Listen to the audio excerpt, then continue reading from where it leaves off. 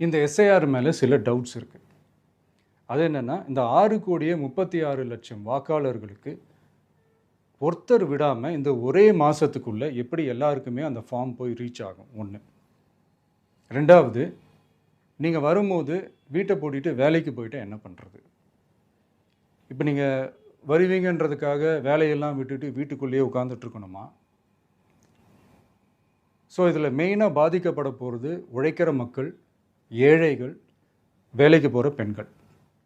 இவங்களுக்கு யார் கரெக்டான அந்த பதில் சொல்ல போகிறது?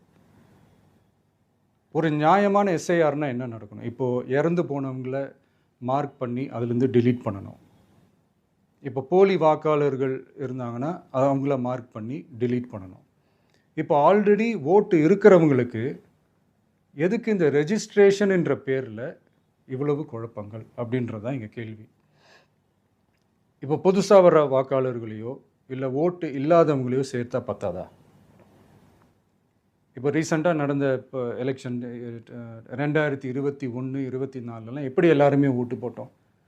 அதில் ஓட்டு போட்டவங்க கூட இப்போ புதுசாக ரெஜிஸ்டர் பண்ணணுன்னா அது ஏன் அந்த கன்ஃபியூஷன் அப்படின்றத நாங்கள் கேட்குறோம். அதனால தான் நாங்கள் எஸ்ஐஆரை எதிர்க்கிறோம்.